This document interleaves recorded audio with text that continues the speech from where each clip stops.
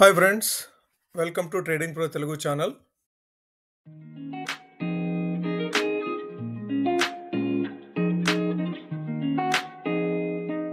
Good evening friends. Sensex 747 పాయింట్లు పెరిగి 82,189 పాయింట్ల దగ్గర క్లోజ్ అయితే, నిఫ్టీ 252 పాయింట్లు పెరిగి 25,003 దగ్గర క్లోజ్ అయింది. వేరాజ్ బ్యాంక్ నిఫ్టీ 818 పాయింట్లు పెరిగి 56,578 దగ్గర క్లోజ్ అయింది. ఈరోజు సెన్సెక్స్ నిఫ్టీతో పోలిస్తే బ్యాంక్ నిఫ్టీ అవుట్ పర్ఫామ్ చేసిందని చెప్పుకోవచ్చు. సో ఓవరాల్గా బ్యాంకింగ్ స్టాక్స్కి వచ్చిన బూస్ట్ తోటి, ఆర్బీఐ ఇచ్చిన పాలసీ రివ్యూ తోటి బ్యాంకింగ్ స్టాక్స్ ఈరోజు ఒకసారిగా అప్ సైడ్ మూవ్ అయినాయి. నిన్న మనం వీడియోలో మాట్లాడుకున్నట్లుగా ఈరోజు ఆర్బీఐ పాలసీ మీటింగ్ ఉందని చెప్పేసి మాట్లాడుకోవడం జరిగింది. ఆర్బీఐ పాలసీ మీటింగ్లో రేట్ కట్ డెసిషన్ అనేది 6th జూన్కి డ్యూ ఉండింది. 6th జూన్ 10 o'clockకి ఆర్బీఐ పాలసీ అవుట్కమ్ వస్తుందని చెప్పి అనుకున్నాము. ఆర్బీఐ పాలసీ వచ్చే వరకు కూడాను మార్కెట్లు స్తబ్దుగా ఉన్నాయి. ఒక రకంగా మార్కెట్లు చాలా వాలటిలిటీగా మూవ్ అవుతూ, మార్నింగ్ అవర్స్లో 10 o'clock వరకు వాలటిలిటీ మూవ్ అవుతూ, ఆర్బీఐ పాలసీ ఏదైతే ఎంపీసీ మీటింగ్ అవుట్కమ్ వచ్చిందో అది సెంట్రల్ బ్యాంక్ ఏం చెప్పిందంటే 50 basis points రేట్ కట్ చేస్తూ, రెపో రేట్ని 50 basis points కట్ చేస్తూ 5.5%గా ఉంచిందనమాట. ఇది ఈ సంవత్సరంలో థర్డ్ రేట్ కట్. సో ఇప్పటికీ 100 basis points రేట్ కట్ జరిగింది. ఫిబ్రవరిలో మనకి 25 basis points కట్ చేశారు. మరలా ఏప్రిల్లో కట్ చేయడం జరిగింది. ఇప్పుడు మరలా జూన్లో ఇంకోసారి కట్ చేయడం జరిగింది. సో ఈ 3 termsలో వాళ్ళు కట్ చేసింది 100 basis points కట్ చేశారు. ఇదే కాకుండా ఇంతకుముందు ఆర్బీఐ మానిటరీ పాలసీ స్టాన్స్ ఏదైతే ఉందో అకామిడేటివ్ నుంచి ఇప్పుడు న్యూట్రల్ స్టాన్స్ కిందకు మార్చుకున్నారు.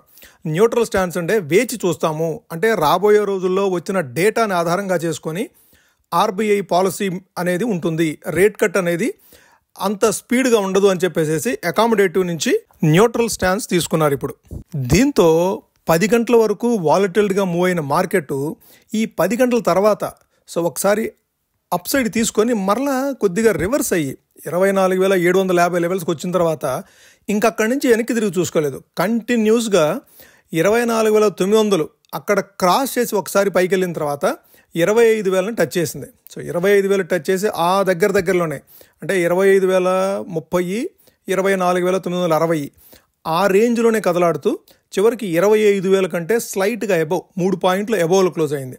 అట్లానే బ్యాంక్ నిఫ్టీ కూడాను ఈరోజు మామూలుగా ఇదే రీతిలో 10 గంటల వరకు కూడాను ఆర్బీఐ పాలసీ అవుట్కమ్ వచ్చే వరకు కూడాను ఒక రకమైన వాలటిల్ మార్కెట్ చూపించినప్పటికీ కూడాను 10 గంటల తర్వాత ఒక్కసారిగా బ్యాంకింగ్ స్టాక్స్లో వచ్చిన బయ్యింగ్ దీంతో బ్యాంకింగ్ సెక్టార్ కూడాను 55,900 మనం ఇంతకుముందు ఏదైతే అనుకున్నామో 55,930 కానీ 56,000 కానీ ఆ 56,000 ఒకసారి క్రాస్ అయిన తర్వాత మీరు ఇక్కడ చూస్తే కనుక 56,000 క్రాస్ అయిన తర్వాత వెనక్కి తిరిగి చూసుకోలేదు. మనము నిన్నే అనుకున్నాము 56,100 లేదంటే 56,000 అనేది మల్టిపుల్ టైమ్స్ టెస్ట్ చేయడం జరిగింది. ఎక్కువ సార్లు ఒకే రెసిస్టెన్స్ని, ఒకే లెవెల్ని టెస్ట్ చేస్తూ ఉంటే బ్రేక్అవుట్ వస్తుంది అని చెప్పి అనుకున్నాము. సో ఆ బ్రేక్అవుట్ వచ్చి 56,600 లెవెల్స్ వరకు మూవ్ అయితే చివరికి 56,578 లెవెల్స్ దగ్గర క్లోజ్ అయింది. బ్రాడర్ ఇండిసెస్లో చూసినట్లయితే అక్రాస్ ద బోర్డు అన్ని సెక్టర్స్లో కూడాను ఈరోజు పాజిటివ్ ట్రేడింగే జరిగిందని చెప్పుకోవచ్చు. ఎస్పెషల్లీ ఈ రేట్ సెన్సిటివ్ స్టాక్స్ ఏదైతే ఉంటాయో బ్యాంకింగ్లో మంచి ఈరోజు టర్న్ అరౌండ్ జరిగిందని చెప్పుకోవచ్చు. 56,000 కంటే అబవ్ మూవ్ అవుతూ 56,600 వరకు కూడా వెళ్తూ అక్కడి నుంచి అదే లెవెల్లో ఇంచుమించు డే క్లోజింగ్ వరకు కూడాను అదే లెవెల్లో ఈరోజు కదలటం జరిగింది. నిఫ్టీ బ్యాంక్ విషయానికి వస్తే 1.47% పాజిటివ్గా మూవ్ అయింది. సో వేరే నిఫ్టీ వచ్చేసేసి 1% పాజిటివ్గా మూవ్ అయితే నిఫ్టీ బ్యాంక్ మాత్రము 1.47% పాజిటివ్గా మూవ్ అయింది. ఆటో సెక్టార్ కూడాను రేట్ సెన్సిటివ్ సెక్టార్, అందుకని ఆటో కూడా చూస్తే మీరు 1.52% ఆటో సెక్టార్ కూడా పెరిగింది. దాంతోపాటుగా ఈరోజు మీరు స్పెసిఫిక్గా చూశారు అంటే ఈ నిఫ్టీ రియాలిటీ. సో మనం ఒకసారి నిఫ్టీ రియాలిటీ కనుక మనం గమనిస్తే ఇక్కడ చూడండి, నిఫ్టీ రియాలిటీ 4.68%. ఎందుకు నిఫ్టీ రియాలిటీ ఈరోజు పాజిటివ్గా మూవ్ అయింది అంటే స్పెసిఫిక్గా ఇప్పుడు రియాలిటీ సెక్టార్లో ఈ ఇంట్రెస్ట్ రేట్లకు సంబంధించి ఏదైతే వడ్డీకి తీసుకొని మనం హౌస్ అది పర్చేజ్ చేస్తామో, రియాలిటీ సెక్టార్లో మేజర్గా రేట్ సెన్సిటివ్ కస్టమర్సే ఉంటారు.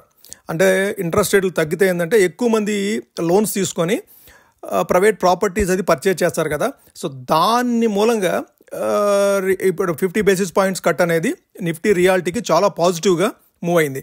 నిఫ్టీ స్మాల్ క్యాప్ కూడాను ఈరోజు 0.8% పాజిటివ్గా స్ట్రాంగ్గా మూవ్ అయితే, సో నిఫ్టీ మిడ్ క్యాప్ చూడండి, ఈరోజు నిఫ్టీ మిడ్ క్యాప్ 1.21%, అంటే నిఫ్టీ స్మాల్ క్యాప్ని ఈరోజు మిడ్ క్యాప్ అవుట్ పర్ఫామ్ చేసింది. సో మిడ్ క్యాప్ స్టాక్స్లో ఈరోజు చాలా పాజిటివ్ స్ట్రాంగ్గా పైకి మూవ్ అవ్వడం జరిగింది. సో ఓవరాల్గా ఈరోజు పాజిటివ్ బ్రెడ్తో పాజిటివ్ సెంటిమెంట్ అనేది ఎక్కువ స్టాక్స్లో ఈరోజు మనం చూడటం జరిగింది.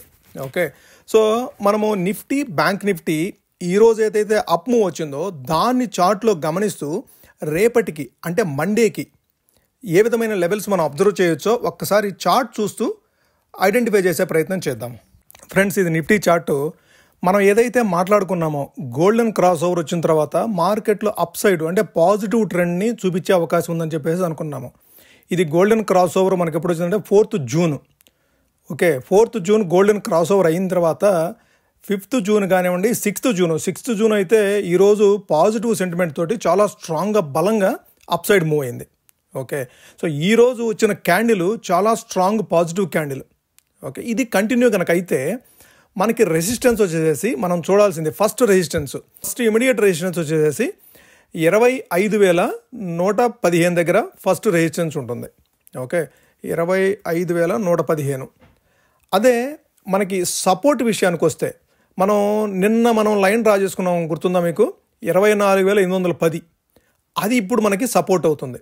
సో ఎట్లాగూ 24,930, 920 అనేది అది చాలా క్లోజ్గా ఉంది కాబట్టి, లేదంటే అదర్వైజ్ ఈ 24,930 మనం చాలా రోజుల నుంచి అబ్జర్వ్ చేస్తున్న లెవెల్ అది సపోర్ట్ కింద యాక్ట్ చేసే అవకాశం ఉంది. బట్ అది ఇంత లాంగ్ అప్ ట్రెండ్ తర్వాత అంటే ఒకే క్యాండిల్లో సుమారుగా 300 పాయింట్స్. సో ఈరోజు లో వచ్చేసేసి 24,670, ఈరోజు హై వచ్చేసేసి 25,029, అంటే సుమారుగా 370 పాయింట్లు 350 పాయింట్లు పాజిటివ్గా మూవ్ అయిన తర్వాత, సో ఈ మూవ్ని నిలబెట్టుకోవాలి అంటే మరలా ఒకసారి 24,810ని టచ్ చేసి డౌన్ సైడ్ మరలా ఒకసారి రీట్రేస్ అయ్యి కనుక పైకి వెళ్తే అప్పుడు ఆ మూవ్ అనేది చాలా స్ట్రాంగ్గా కాన్ఫిడెంట్గా కన్ఫర్మేషన్ ఉన్నట్టు ఉంటుంది మనకి. ఓకే, రీట్రేస్ అవ్వకుండా పైకి వెళ్తూ ఉందనుకోండి అది వీక్ అయిపోతుంది మార్కెట్. అంటే ఎక్కువ మంది పార్టిసిపెంట్స్ ఆ స్ట్రెంగ్త్లో పార్టిసిపేట్ చేయరు. ఓకే, ఎవరో కొంతమంది ప్లేయర్స్ మాత్రమే మార్కెట్ని అప్ సైడ్ మూవ్ చేయడానికి ప్రయత్నం చేస్తారు తప్ప అందరూ ప్లేయర్స్ దాంట్లో పార్టిసిపేట్ చేయరు. కాబట్టి ఒక్కసారి రీట్రేస్ అయితే ఎక్కువ మంది దాంట్లోకి ఇంట్రెస్ట్ చూపిస్తారు ఎంటర్ అవడానికి. సో 24,810 వరకు కనుక వచ్చి మరలా ఒకసారి రీట్రేస్ అయ్యి కనుక మార్కెట్ అప్ సైడ్ తీసుకుంటే అది చాలా స్ట్రాంగ్గా ఉన్నట్టు ఉంటుంది.